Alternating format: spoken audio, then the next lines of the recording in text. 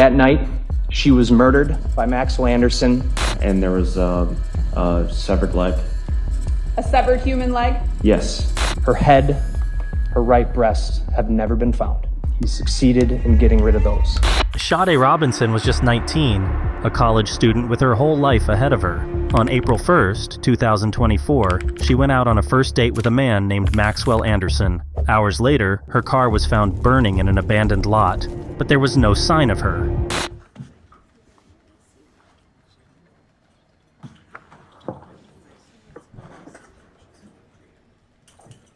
We, the jury, find Maxwell Anderson guilty of first-degree intentional homicide as charged in count 1. Another reading is we, the jury, find the defendant Maxwell Anderson guilty of first-degree reckless homicide. Back in the courtroom, the illusion of innocence shattered on impact. When the prosecution stood up, they didn't hold back. This wasn't a tragic mistake or a moment of rage. It was methodical. It was precise. That night, she was murdered by Maxwell Anderson. Her body was dismembered by Maxwell Anderson in a vicious and gruesome manner. And then Maxwell Anderson attempted to make her disappear from this world by discarding her body into body parts into Lake Michigan, and then taking her car and burning it behind an abandoned building near 30th and Lisbon. Maxwell Anderson intentionally killed Sade Robinson and then sought to have her disappear from this world. He cut up her body, tried to get rid of her body parts, and tried to cover it up in any way that he could. For doing this, he has been charged with 4 crimes: first-degree intentional homicide, mutilation of a corpse, arson of property for burning the car, and hiding a corpse. This was it, the moment the story turned. No running, no hiding. Just a man being taken in for something far beyond what he was letting on. 32 headed southbound Hampton on, 45 southbound Hampton on for Apollo, return for highway versus Chicago. Any weapons items, sir? No.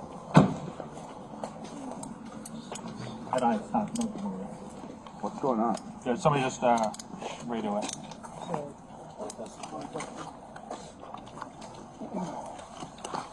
124 dispatch. So, what's one up? The key to in the ignition? Yes. 124, yeah, I got one in custody.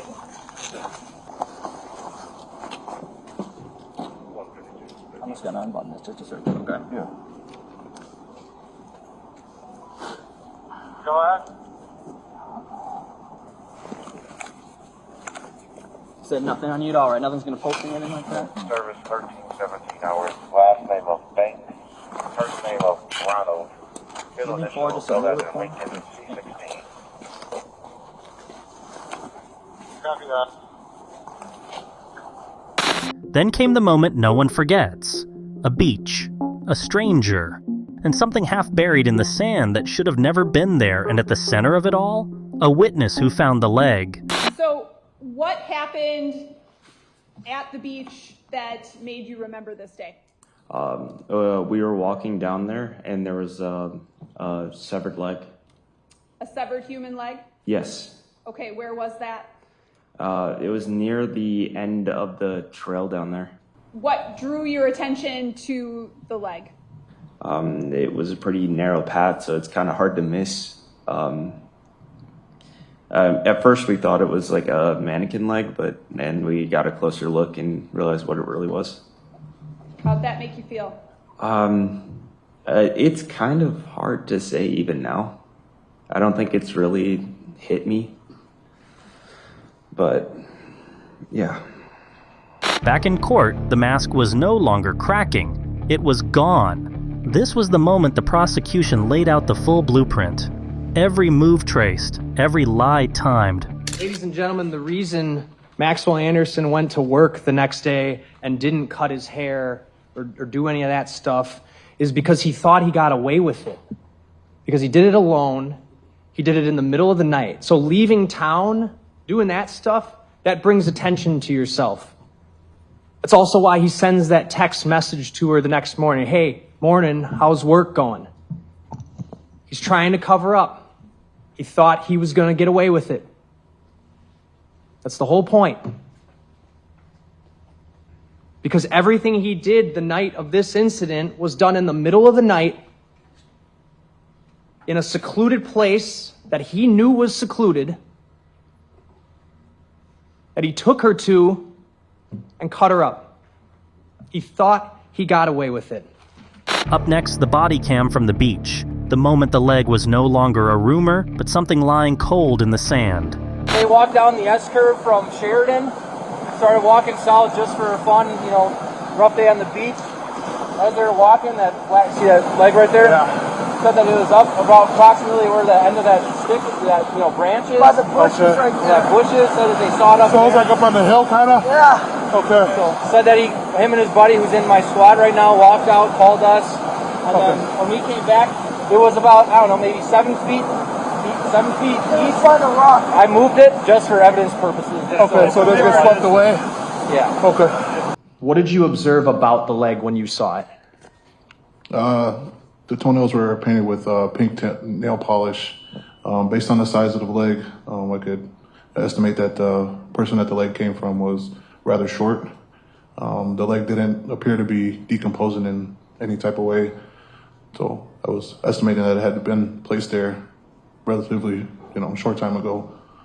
But before the horror, a footage of Sade Robinson surfaced, alive, smiling, seated beside Maxwell Anderson at the bar. It was the last time she was ever seen safe.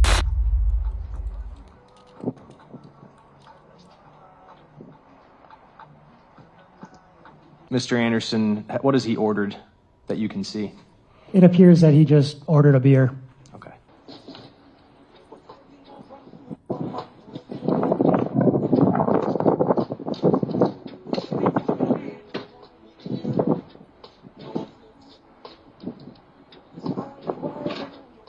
So by 5:21, they're seated together at the bar. Correct.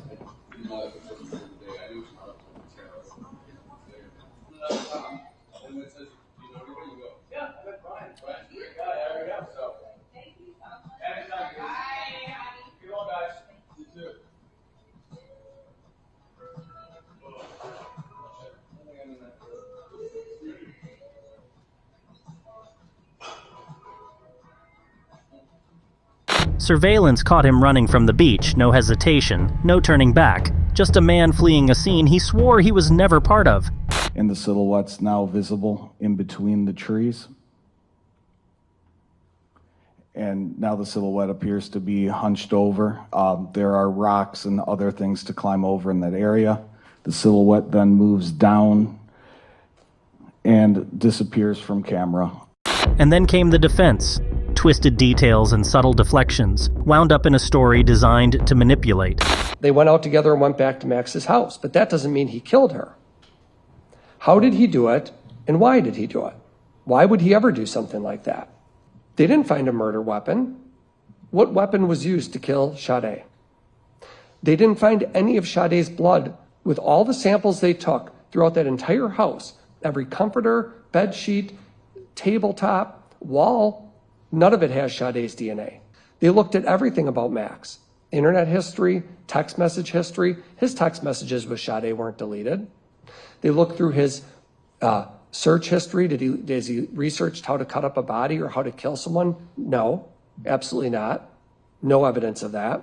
Max had nothing to do with these crimes. And the law says it's not enough for him to look guilty or maybe be guilty, or there's a few bad things that look bad. They have to prove it beyond a reasonable doubt. Back in the courtroom, science took the stand. DNA evidence, blood patterns, the manner of death, all laid bare. There was no theory now, just facts that tore through every lie he tried to hide behind. Let's talk about blood. You saw the images of her on that couch. She's out of it. She is gone. There's no blood in there. You heard from the medical examiner how people can die without blood. Strangulation, suffocation.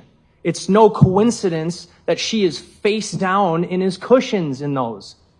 That she is so out of it, that he's able to lift her shirt up and grab her breast and yank her pants off without her putting up a struggle. We know as well that the dismemberment, remember the medical examiner talking about the vital reactions, that there were no vital reactions at the areas of amputation. That means no bleeding, because she was dead when it happened. And he's doing it down at the lakefront on the shores of a lake on a rainy night. And he talks about no mud, no blood on the shoes or anything like that. He's got this massive backpack with him that he gets rid of, that has never been found. The illusion of spontaneity collapsed. The timeline, the tools, the disposal, they were all prepped in advance. Every detail pointed to one thing. This was built to end in death. The hoodie.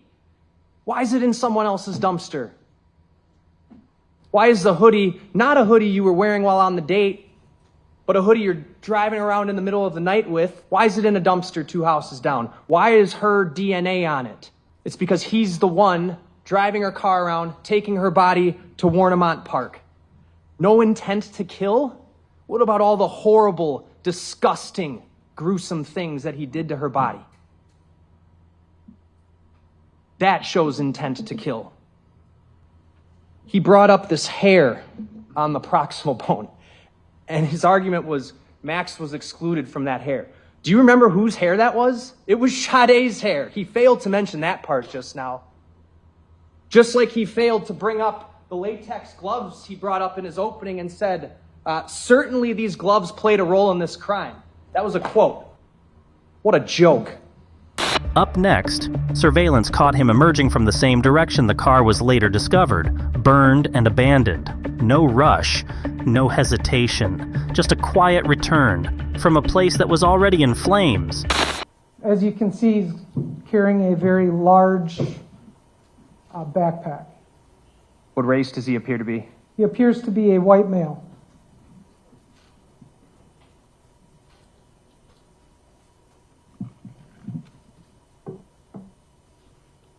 You can also notice the soles of the shoes appear to be white, like a bright white sole, or a lighter colored than. All right, I have it paused at 7:32:33 a.m. Just going to zoom in on them. The soles, you're talking about the shoes down here, correct? Yes, that is correct. Dark pants? Yes. How about the top? It appears to be a dark hooded sweatshirt or zip-up jacket. And large backpack? Yes. Back in the courtroom, the puzzle finally snapped into place. Every frame, every footprint, every lie, stitched straight to him.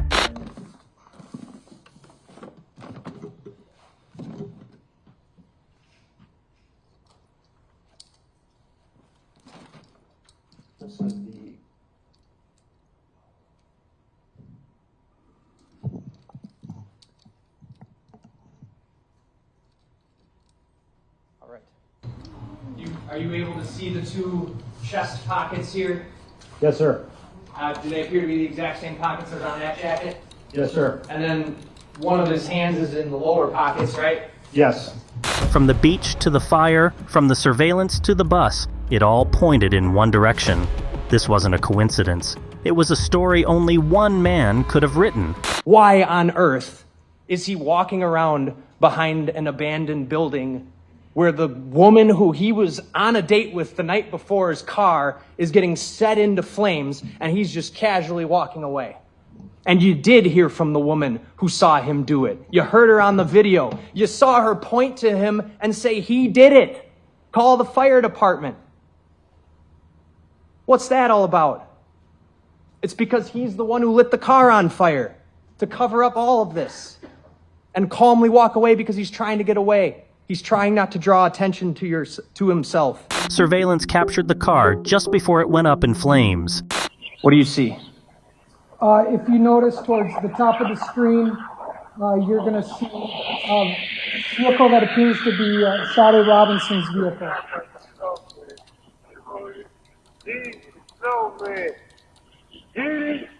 You snowman, I'm iced off. Paused at 2:15. I'm going to switch back real briefly to the map.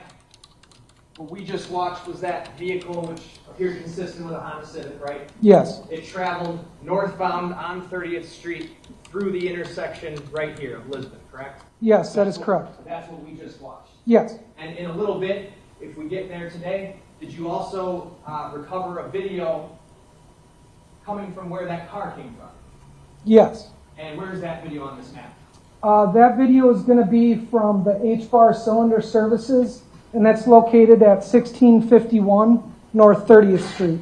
All right, so the video that you got from here actually would precede what we just watched, and it shows that car going up 30th, correct? Yes, that is correct. The car was still intact, still in motion, but already marked for destruction.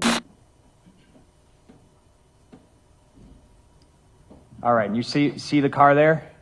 Yes, And the window is rolling up, yes. okay? Able to see anybody in the passenger seat? No, and it appears that there's a heavy amount of condensation on the windows. Continuing from 650-37.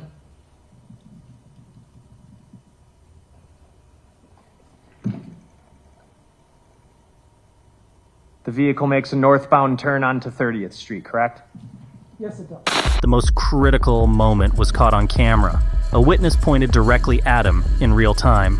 Not a guess, not a maybe, just raw recognition that couldn't be taken back.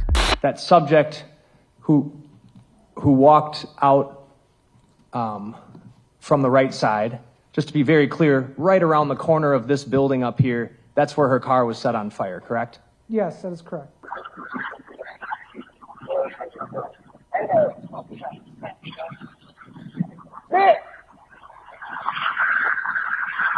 Who did that? He did that. Travel. The car is fucking slow. That's what I think. Somebody needs to call the ambulance. Hey. What did you hear her yelling after that? After you heard he did that? Then she's saying to call the police, call the ambulance.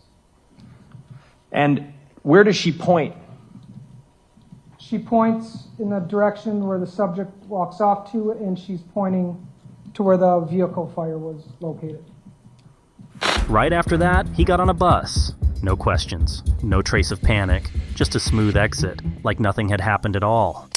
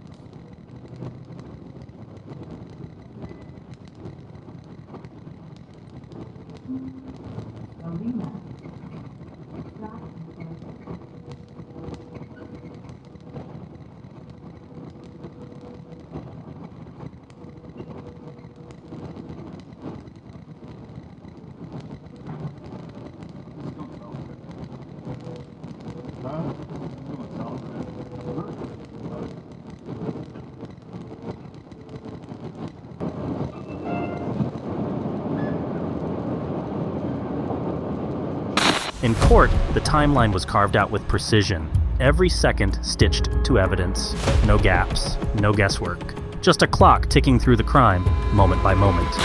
And by 5:29, Sade's leg is found on April 2nd.